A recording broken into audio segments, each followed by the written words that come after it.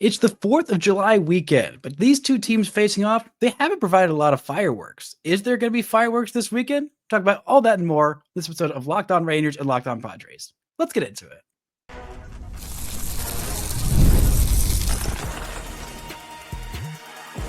You are Locked On Rangers, your daily Texas Rangers podcast, part of the Locked On Podcast Network, your team every day. You are locked on to the Texas Rangers and the San Diego Padres. I'm Bryce Paddock, host of the Locked On Rangers podcast. Joining me today is Javier Reyes, host of the Locked On Padres podcast. We are here talking about this July 4th weekend series, Rangers versus Padres. Will there be beef? Do any of these players even remember San Diego and what all is going on this weekend? Before we get into all that, today's episode is brought to you by Gametime. Download the Gametime app, create an account, and use code LOCKEDONMLB for $20 off your first purchase. Joining me today is Javier Reyes, the hostess with the mostest host of the Locked On Padres podcast. How you doing, my friend? I'm doing fantastic, brother. Despite it all, we're still here, and despite it all, we're still talking ball. And in a way, what else could you ask for? Not much more. I could ask for fireworks. I could ask for a day by the pool. I could ask for a few less late night games on the West Coast. And you know what? I appreciate the 4th of July being on a Friday because that means we get day baseball on a Friday, or I guess kind of late afternoon West Coast baseball, which is kind of almost like normal time East Coast baseball at 5:40 start. But this is a matchup between two teams that came into this season with some postseason aspirations, one of which has a winning record, the other of which is it's there. It's a baseball team that's there. But as of late, the story has been these two teams not scoring a lot of runs. What's up with this Padres offense that is filled with a lot of talented hitters that, it seems like for the most part, they aren't particularly hitting? I mean, the easiest way to explain it is that the team with runners in scoring position this year ranks 26 in baseball in WRC+. That's kind of the simple way of going about it. And it's just been a lot of guys being down. It's Xander Bogaerts not being worth the contract that he got, right? It is the fact that Jackson Merrill has been in and out of the lineup. Like he's had a couple injuries every now and then. And in general, there's just a lack of slug. Fernando Tatis Jr. looked like the MVP of the league for the first month of the season. And then he kind of forgot how to hit. And it's been really unfortunate and is really fueling the haters, let me tell you. So you've got all that going against them.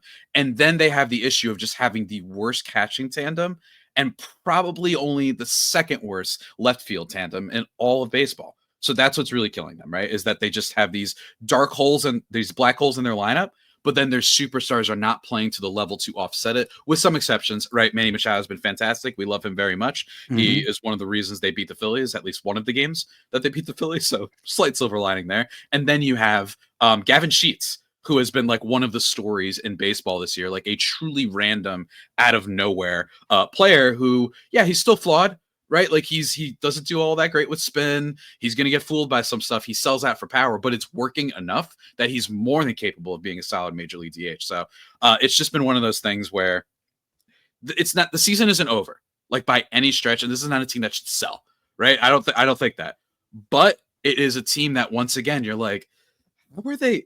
You guys have all those, even with just those stars, you should be fine. And yet here we are. But let me tell you, it seems to not be as nearly as bad as, I'm going to call it the Atlanta Braves effect, because I'm not a fan of rooting for the Braves sometimes. The Atlanta Braves effect is when you have a stacked team and everyone underperforms. And in fact, I could even go further back in history to the Washington Nationals back in, like, I'm going to say 2016 when Bryce Harper won his MVP. That was a year in which the entire roster underperformed. And that just seems like what's been going on with the Rangers because, yeah, okay, fine.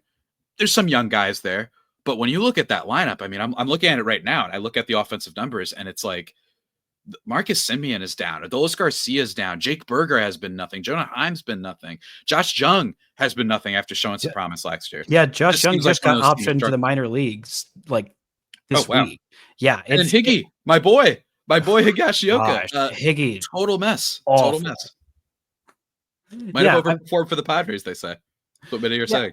You know, I wanted to give Chris Young the benefit of the doubt because I had some doubts about 34-year-old catcher coming off of a career season where he had never hit that many home runs before. I'm like, that seems like a candidate to not hit as good next time. And well, he has a whopping 1 home run in 43 games so far this year. But this Padres team, I felt confident about them being at least a competent team. I was a little concerned about just the depth of that lineup because I mean, you're right at the very top end. I mean, you have guys like Machado, who I was a little worried was washed after the last couple of years. Had been like, I mean, not bad, but not Manny Machado. I mean, The superstar might be gone. You're just like a really good player now. Yeah.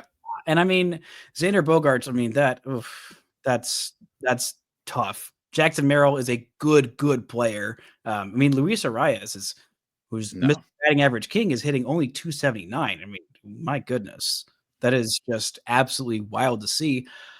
And just the way that they plugged the depth of this lineup, it felt like, and like the depth of the roster, just offensively, it felt like it wasn't there. I mean, I thought Elias Diaz would be better than this, but I mean, you signed Martin Maldonado, who's been probably the worst hitter in baseball for the last half decade or so.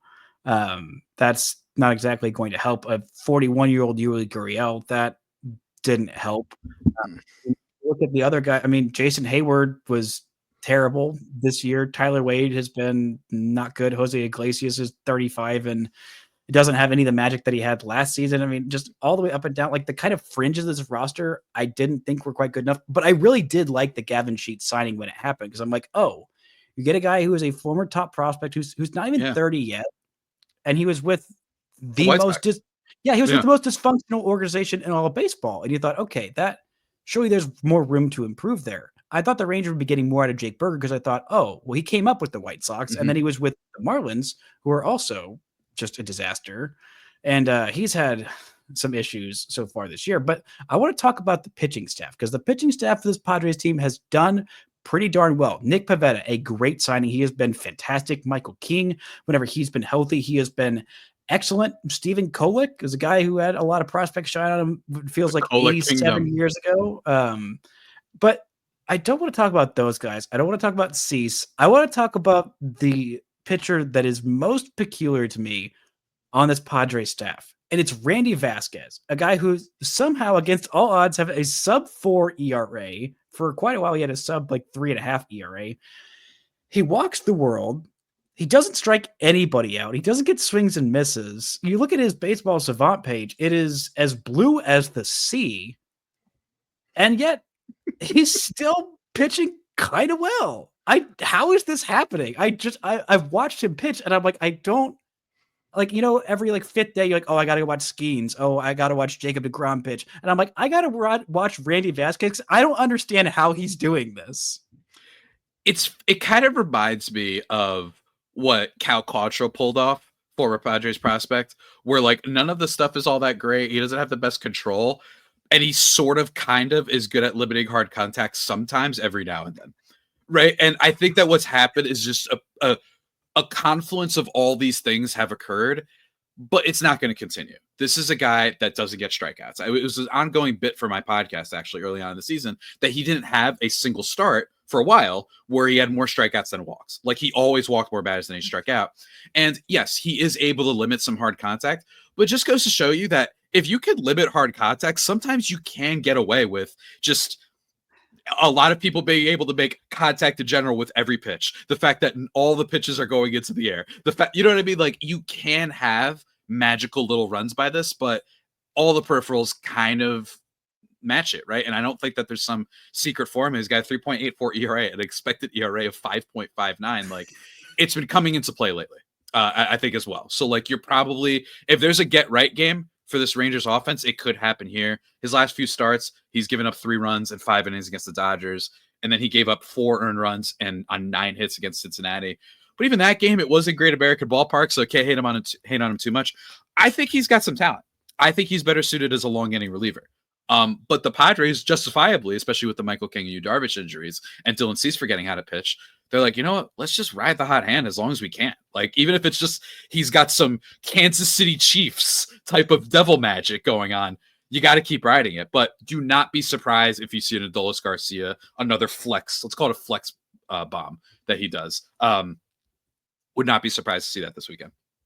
Yeah, I would be very excited to see that. I think my explanation of it, from my understanding and watching of the Padres, is that all of the luck that they would have just to have a normal offensive approach and results with runners in scoring position, all of that good luck has been transferred somehow to Randy Vasquez. And I think if the Padres figure out a way to just give it back to the offense, then maybe things will start to even out a little bit. Coming up, we're talking about this Rangers offense and their offensive problems, this Rangers pitching staff doing a little bit better than anybody expected, and more right after this.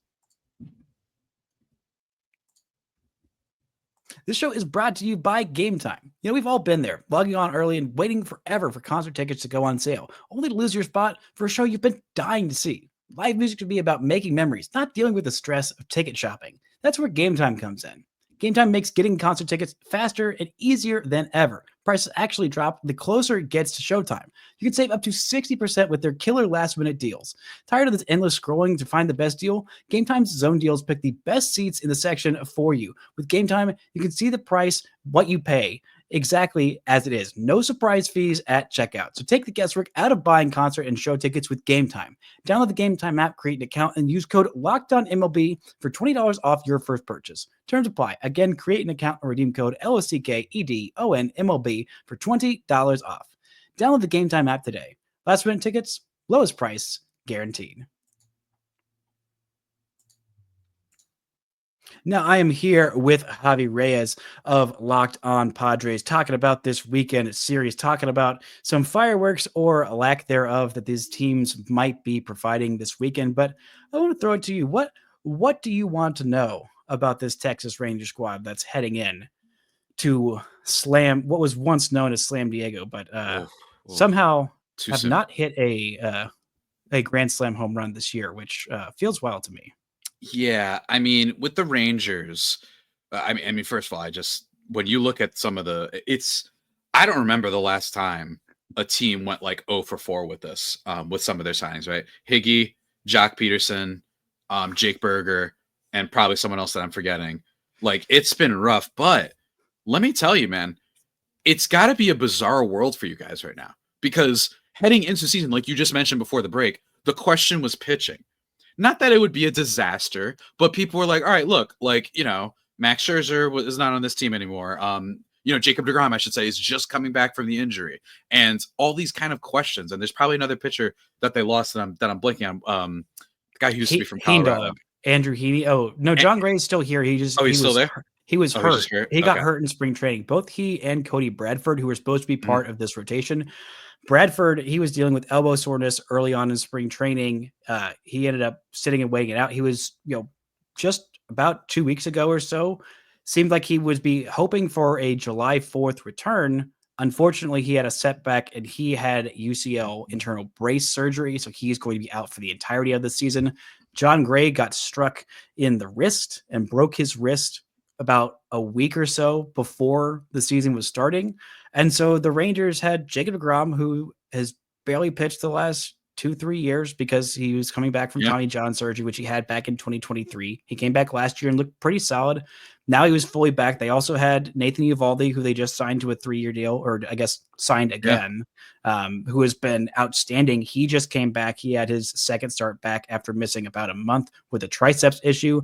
They signed Tyler Mahle, who was coming off of Tommy John surgery before the 2024 season. He only pitched 3 games there, and he looked mid and bad. And then he was exceptional to start the season, but he's going to be out until August 11th at the earliest, dealing with some rotator cuff injuries. But Jacob deGrom has been the healthiest of the bunch. He has been exceptional. He has been back to basically the best version of himself. Nathan Eovaldi, if he was a league leading qualifier, if he had the innings count, he would be the leader in ERA with a 1.75. And they're also relying a lot on Jack Leiter and Kumar Rocker, who we'll both see this weekend. Both guys who were top 3 picks, both out of Vanderbilt, both former teammates. The Mets ended up passing on signing Kumar Rocker when they drafted him 10th overall back in 2021, I believe that was. And so the Rangers ended up getting a shot at him, signed him for a massively underslot deal. And both Rocker and Leiter, I think, have been both better and worse than their numbers. They're guys with tantalizing stuff. And at times, I didn't think either of these guys were quite ready just yet. But when you lose two guys to injury that, at this point we're in July, this is going to be July 4th when you're listening to this, neither of which has pitched at all in Cody Bradford and John Gray. Gray will be back maybe sometime in August. But they also had to sign Patrick Corbin, who was the worst starting pitcher in all of baseball for a half decade. And they did that about a week before the season started because they're like, okay, well, here's our rotation opening day. Jack Leiter, Kumar Rocker, Nathan Eovaldi, Jacob deGrom, and this kind of question mark at that point. So Patrick Corbin was the 5 guy at that point. And they talked a lot of talk of like, oh, hey, we see something in his pitch mix. There's something there, that the Nationals weren't doing that we can unlock, the best version of Patrick Corbin. And I'm like, you sure? Yeah, right. Is that the same Patrick Corbin that we all saw? Meatballs for days, man. Be terrible. I've gotten texts from players. I have players who have said, dude, hitting off this guy is just batting practice. Like, and he's just been really good for them. And like, I just think this was the best case scenario outcome for the Rangers pitching, it seems like. Yeah. And even like with Jack Leiter and Kumar Rocker, like at least they're guys that can like somewhat survive at a major league level. Like Kumar Rocker's numbers, like, rhymes with Lamar. Oh, really? I didn't know that. Kumar Rocker, like his ERA is 6.1, but there's some peripherals that suggest he's pitched a little bit better than that. He's got a decent strikeout rate for such a young player, right? And Jack Leiter, same thing, sort of like. And Nate Eovaldi's kind of one of those players that there's always a later-ish bloomer that no one believes it, and then we're on year 5 of everyone being like, yeah, but still. You know what I mean? Like JD Martinez had this for a little bit. That was Adolis Garcia, and now everyone's like, actually, he's just bad. I'm like, he was an all-star twice. He is the ALCS MVP. He has the single postseason record for most RBIs in a single postseason. Yeah, that was he fun. did that. I remember that. That was true. I still remember that postseason. But that was incredible. I look at this Rangers team and I say, this Tyler Mahle, I believe, and you could correct me if I'm wrong. I think we were on this podcast like a couple years ago, being like, or maybe not a couple years ago, but heading into last year, I think. And we were like, I kind of like this signing.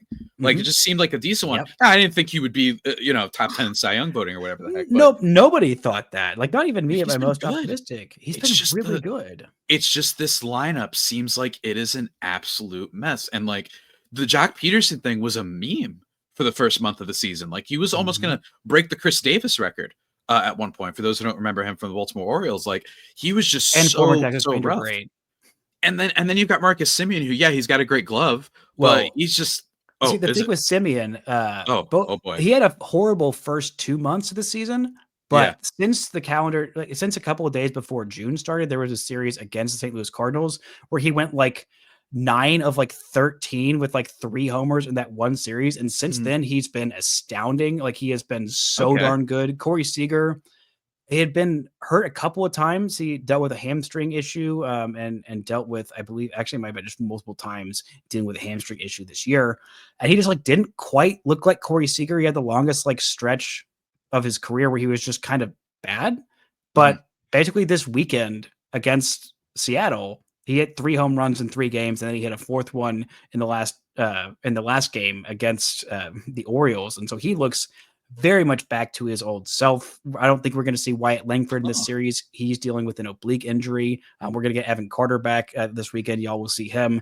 He missed most of last year with a back issue. He was a top 5 prospect in baseball pretty universally. He was a huge part of that Rangers 2023 World Series run.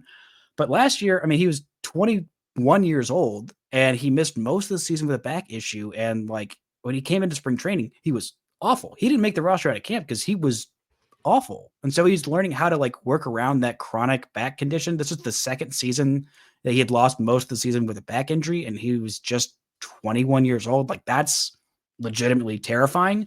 But when he's played, he's been exceptional. He's been dealing back home with a family member passed away this weekend. So he's been on the bereavement list for this week, but he will be back this weekend. And he is a big part of this Rangers offense. And Josh Smith, who I barely talked about, he's been the Rangers' most consistent hitter all year. And he was the Rangers' most consistent hitter last year. And that includes Corey Seager. So this offense has been frustrating. There have been some signs of life. And some drama from a former Ranger, throwing a little bit of shade on them after his retirement, Kevin Pillar, of just saying, "Oh, I thought these guys, I thought I was coming into something different." Just said like, "Oh, these teammates don't really like playing for each other," and I don't know, like they don't this offense, they didn't like winning because they weren't hitting and they weren't appreciating that. I was just like, oh, some shade. My gosh, our teams really are similar. You got weird drama in the clubhouse, underperforming offense with stars, randomly good pitching from places you didn't expect. It's the exact same team. This is incredible. And by the way, just for the listeners, Bryce wasn't kidding. 559 OPS in April for Marcus Semien, 577 in May. In June, 938. And then in July, granted, through just 2 games above 1,000 OPS. So maybe he is turning around. He's been an every other year player sometimes. So here's what I would say, man. The Padres, I do think that I am unfortunately I know what their ceiling is, which is still a team that could compete for a wild card spot, but they're not going to be like that ultimate team unless they get hot at the right time. I can't get rid of the ceiling for the Rangers just from afar.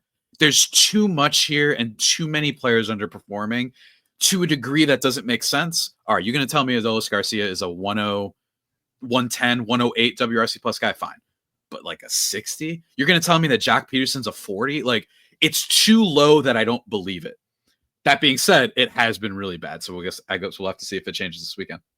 We will have to see it. We'll talk about this matchup, this weekend's pitching matchup. Some interesting ones for the Rangers and some peculiar arms for this Padres team. We'll talk about all that and more right after this.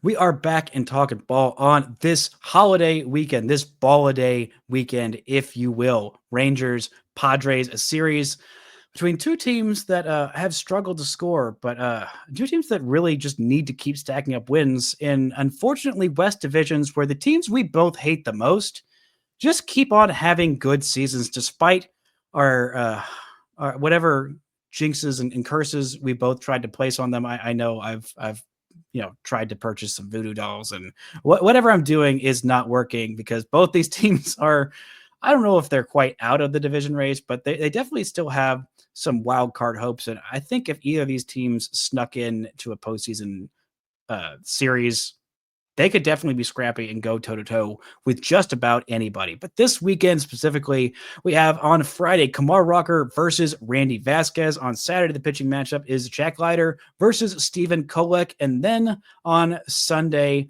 Patrick Corbin versus the always dangerous TBD. Just a real wild card, if you will, that TBD.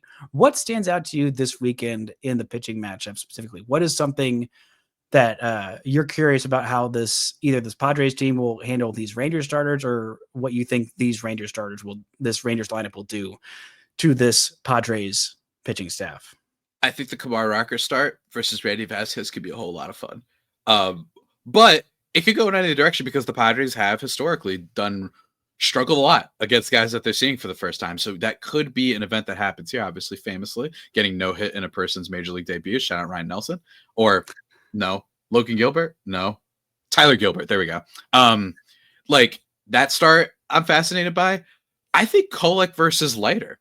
The Kolek Kingdom. We haven't talked about Kolek that much, but he has been what the Padres need, and what they need is a sustainable, decent 5 at the back end of the rotation. I think the stuff is there, and the number one thing that he can do, for sure, is he can make you put the ball on the ground. So if that's been a trouble with the Rangers lately, this is absolutely what he's good at doing. He's been a little bit inconsistent. Not even a little bit, majorly inconsistent. If you just look at his past recent games, this is a guy that I still like. Don't get me wrong, and I think that the talent outweighs some of his performances. But last game, 5 2/3, only 1 earned run. Before that, 4 1/3 against the Nationals and gave up 4. Then before that, against the Dodgers, right? Only gave up 3 in 6 innings. That's not bad. It's a quality start. But then he got killed against the D-backs before then. And then before that, he went scoreless, right? And in his debut, or not his debut, but in his second game at Colorado, he went a full 9 innings with 7 strikeouts. Yes, I understand that they're terrible. I remember that game specifically because the Padres poured on 25 runs. It was like the weirdest game,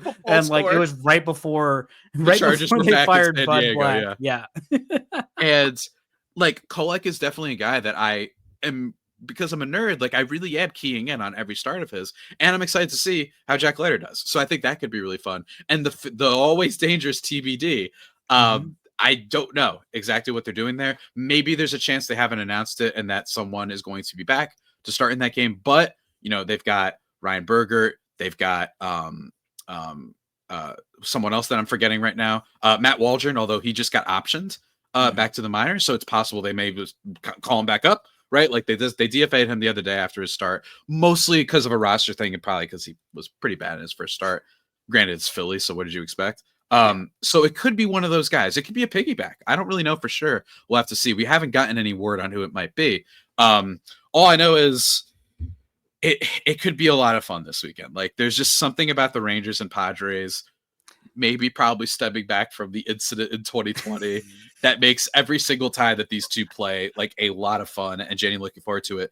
And the more we talked today, the more I was like, dude, these teams are so similar with like what's been going on. The only difference is that you guys actually won the World Series. So I don't really want to hear any complaining from you anymore. That's basically what I'm saying. That's fair. And whenever I go on my rant of like, oh my gosh, this team's awful, I hate it. And I'm like, they did just win a World Series like not even 18 months ago. Mavericks and Cowboys. It's like, yeah, go for it. Well, no. I don't want to. That's justified complaining. But that's what I'm saying. Yeah, it's funny looking back at the trajectory of these teams. Like, honestly, that San Diego series, like, it really did send the Rangers on an important trajectory because the Rangers had hopes of contending in 2020 because the season was so short.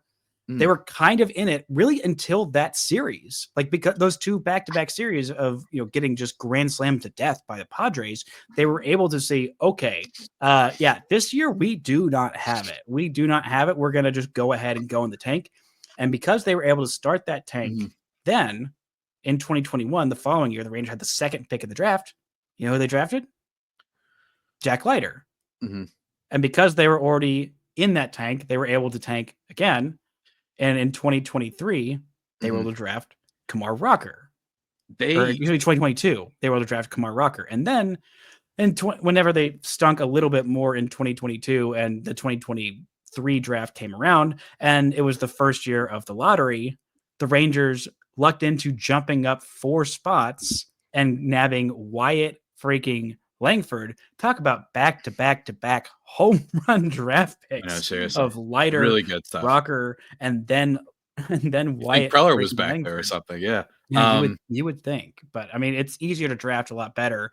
If they were drafting those kinds of guys in the 15, 16 or so range the Padres have been, then maybe we could credit them. But like Jack Leiter, the second best guy of the draft, like, that makes sense. Yeah, Rocker, that makes sense. Yeah. Makes sense. Wyatt Langford, they had no business getting that lucky of him falling all the way to them with the 4th pick in that draft. But this is going to be a very fun weekend series. I am very much looking forward to it. Some interesting pitching matchups, some offenses that have some capability for some fireworks. We'll see if we'll get them or if the only fireworks will be the ones shooting off to celebrate America's birthday. But Javi, thank you so much for doing this show with me. Best of luck to your Padres in every game after this series. And until next time, don't forget to enjoy baseball.